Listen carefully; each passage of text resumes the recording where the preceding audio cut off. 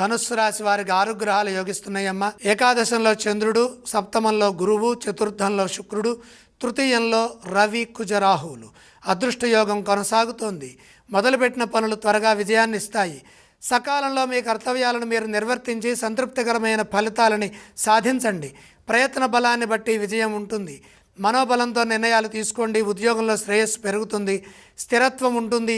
శుభ పరిణామాలు ఉన్నాయి. ఉన్నత స్థితి గోచరిస్తుంది. వచ్చిన ప్రతి అవకాశాన్ని అదృష్టంగా మలుచుకునే వీలు కలుగుతుంది. రాజయోగం సూచితం. సాహసం చేసి తీసుకునే నిర్ణయాలు మేలు చేస్తాయి.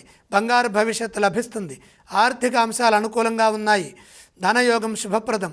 లక్ష్మీ కటాక్ష సిద్ధి పరిపూర్ణంగా ఉంటుంది. స్వర్ణాభరణాది యోగాలు మేలు చేస్తాయి. గృహ నిర్మాణాది విషయాలలో కాలం సహకరిస్తుంది. ఆస్తులను వృద్ధి చేసుకునే వీలు కలుగుతుంది. ఇదే విధంగా శాంతంగా వ్యవహరిస్తే వ్యాపారంలో ఎదురయ్యే సమస్యల నుండి బయటపడతారు. లక్ష్యాలను పూర్తి చేసుకుంటారు.